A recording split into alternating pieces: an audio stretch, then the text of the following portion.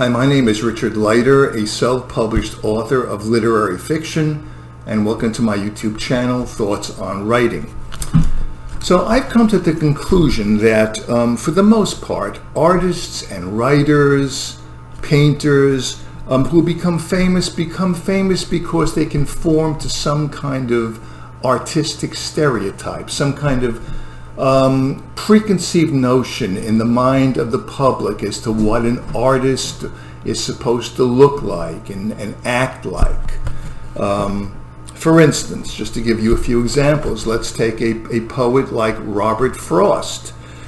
Now, Robert Frost conforms to the stereotype of the old farmer poet who has a kind of gentle, folksy wisdom. Who hasn't heard of his poem, Stopping by the Woods on a Snowy Evening? And the last stanza of this poem goes, "The woods are lovely, dark, and deep, but I have promises to keep, and miles to go before I sleep, and miles to go before I sleep." Everybody's heard of that. But when you really think about it, it's not really such folksy wisdom. It's a very dark poem. I mean, a lot of people have interpreted that last line, "the woods are lovely, dark, and deep," as kind of a suicidal poem, a poem about a person who would love to disappear into those lovely, dark, and deep woods, but he's holding himself back from oblivion because he has certain commitments. Now, bear in mind, Robert Frost scoffed at that notion that it was a suicidal poem. But then again, can you really believe the interpretations of writers when it comes to their own work? It's still a convincing interpretation. It's not a very, very cheery, folksy poem to me. Here's another poem by Frost. Mending Wall. Everyone's heard of Mending Wall. And the last line of Mending Wall is, "Good fences make good neighbors." Now, if that isn't folksy, I don't know what is. I mean, that's something that might appear in Ben Franklin's or Farmer's Almanac, right? So it's very, very easily digestible by the public, by the masses of people. It's very simple, it's very direct, it's very cute, it's very upbeat. And how about Emily Dickinson? Emily Dickinson, remember this one? "There is no frigate like a book to take us lands away." I heard that poem when I was 10 or 9. I'm sure everybody else has too.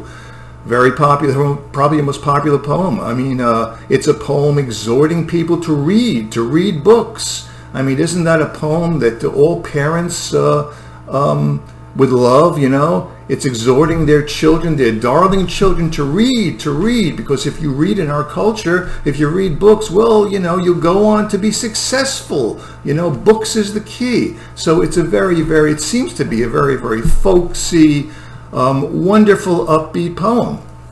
Of course, once again, just like with Robert Frost, Emily Dickinson is actually not, an upbeat, folksy kind of poet. She's a very dark poet. She has a morbid fascination with death and with decay in a lot of her poems. So anyway, those are two more examples. And of course, then you have the painters. The painters like Chagall and Picasso and Miro. I mean, the painters fulfill the stereotype to me of the old wizards, the old lovable, benign wizards who are always whipping off new delights for us. What will they come up with next? We think they fulfill. There aren't too many photos that I've seen of Chagall or Picasso or Miro when they're young men. You see a few, but most of them are when they're old people, because it fulfills that old, benign, lovable wizard stereotype much, much better. So there you have it. There are many, many more examples. So, and of course, there's the most famous artistic stereotype of all, the stereotype of the starving artist, the starving crazy genius artist. That is the biggest one. So, I was thinking about all of these different kinds of stereotypes, which we're all inundated with. We're always inundated by stereotypes, cultural stereotypes. And I wrote a piece in the latest book that I wrote, In the World, and I wanted to share it with you. So here it goes. And so this is called Uncharted Waters. If I were ever to approach an art dealer or a gallerist or one of the curators of an art museum, and if I were ever to any of these illustrious personages, something like, you know, Mr. Art Dealer or gallerist or curator of an art museum, there's a guy living down the hall from me who likes to paint pictures in his spare time. Do you think you'd be interested in seeing any of them? The art dealer or the gallerist or the curator of the art museum would probably tell me to go fuck myself. Well, okay, he probably wouldn't tell me to go fuck myself literally. I mean, these self-appointed arbiters of good taste in high culture aren't usually quite so crude. They're usually quite a bit more polished than that whenever making their oracular pronouncements. However, I have a very, very strong suspicion that such an elite and exalted cultural prognosticator would probably say to me something like, I'm sorry, mister, who am I talking to? The name is Dreckenscheisenberger, Ignatius T. Dreckenscheisenberger. Well, I'm sorry, Mr. Dreckenscheisenberger. But we're not considering any new submissions presently. We're booked solid for the next 3 years. But it would still amount to the same thing, right? Fuck off and stop bothering me.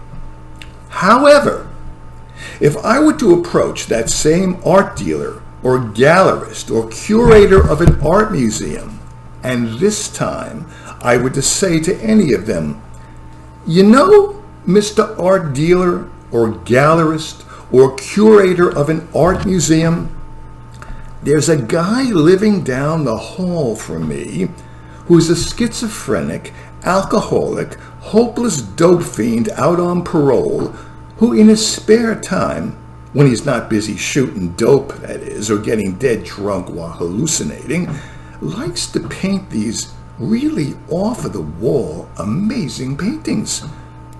Well, what kind of stuff does he paint exactly?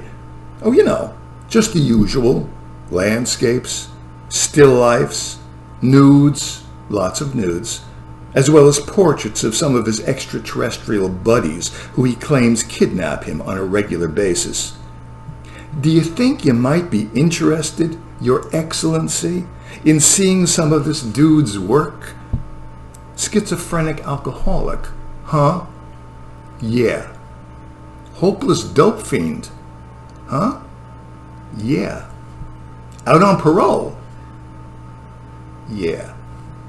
Wow. Guy sounds really fascinating. Have him swing by next Tuesday with 2 or 3 of his strangest paintings. Which just goes to show you how completely contemptible they all are. All of these art dealers and gallerists and supercilious museum curators, what with their silly, silly preconceptions of what a true artist is supposed to be like. A true artist, according to these art flunkies, is somebody, usually a male, living on the outer fringes of respectable society. He is an outcast or some kind of misfit. He has to be dirt poor, emotionally unstable, sexually promiscuous, alcohol or drug addicted, suffering from some kind of incurable malady, usually syphilis or TB, and deeply, hopelessly self-destructive, if not downright suicidal. These are just a few of the character traits which the art establishment seems to drool over in its eternal quest for the next big thing. Obviously, this would explain perfectly why a guy like Jean-Michel Basquiat was suddenly meteorically catapulted to iconic status by the art police. Did the guy have any real talent? Was he somewhat talented? Was he completely devoid of talent? But really, what does it matter? What the hell does it really matter if the guy had any real talent, or whether he was just a clever imposter once you started drinking the Kool-Aid being doled out by all of these art flunkies? Or take Van Gogh, or take Modigliani. Now, Van Gogh and Modigliani are the quintessential poster children for the self-destructive, starving artist who had the good business sense and just plain common decency to die at a relatively young age. Basquiat also died at the top of his game, age 27, of a drug overdose. Now comes the really good part, the real reason why I decided to write this. I'm thinking about all of these ridiculous stereotypes, about all of these largely farcical preconceptions, which the public in general, and which the art establishment in particular, seem to have concerning the word artist. And in light of all of these ridiculous stereotypes and largely farcical preconceptions, I simply cannot resist the urge to ask myself, in a somewhat tongue-in-cheek, bemused fashion, the following extremely obvious, begged question. I have to ask myself, well, where does this leave me exactly? Where do I, Richard Leiter, fit into this comedy of errors? I mean, I'm not indigent, never have been. I'm not mentally unstable, although I am neurotic. I've worked hard all of my life, always played by society's rules, never broken any laws that I know of, never even had so much as a parking ticket. I'm basically in pretty good shape physically, and I'm not at all sexually promiscuous. I'm not an alcoholic or a drug addict. I'm tormented, but not that much. Certainly nothing to write home about. And I've never been suicidal. I'm just me, Richard Leiter, a pretty nondescript looking guy who got a college degree up in Boston, who then worked for a while in civil service, and then who spent the next 35 years of his life earning his keep by typing medical reports. That's it. Nothing glamorous. I never lived in any cardboard boxes on Great Jones Street when I was 17, and I can't stand rock music. I find rock music to be very boring, not to mention the fact that it tends to aggravate my already annoying tinnitus. Oh yes, I forgot something. I like to paint, too, and I like to write. I spend all day and all night painting pictures in my finished basement and writing stories at my computer station because I like it, because I enjoy it, because it excites me, because I find it thrilling. And there aren't too many things in life which I find thrilling, especially these days. Actually, these are the only things. But you don't need a lot of things. You just need one thing. And I have two things. So I'm very, very happy about it. Am I talented? Who knows? Am I a genius? I seriously doubt it. Honestly, I don't really like to think about such questions too often, because all it does, whenever I think about them, is make me feel tremendously self-conscious. And that pretty much ruins everything. I do think about one thing, however, which I will gladly share with you. Thinking about it doesn't depress me. As a matter of fact, it has just the opposite effect. It makes me feel like clicking my heels together 3 times while saying, "There's no place like home, and there's no real art without real effort." At least, I think to myself often, quite often, I don't conform to some ridiculous stereotype of what a true artist is supposed to look like, supposed to talk like, supposed to act like, supposed to smell like. Take away all of the familiar stereotypes, and what are you left with? I mean, really? Possible talent?